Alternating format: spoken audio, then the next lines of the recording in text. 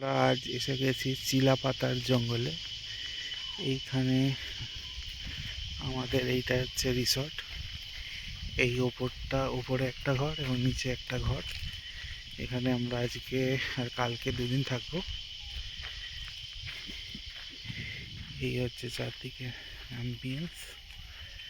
আর এই দিকটা হচ্ছে পুরোটাই জঙ্গল, চারদিকটাই জঙ্গল।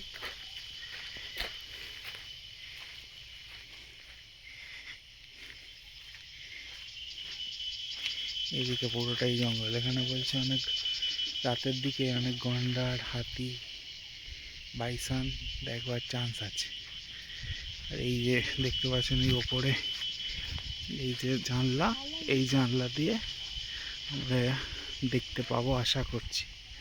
সে জানা যাক কী হবে। আর এই যে এইখানটা যে আরও দু একটা রিসর্ট হচ্ছে, সেখানেও থাকবে, সেখানে অনেকে থাকে আর কি। এই হচ্ছে পুরো ব্যাপারটা।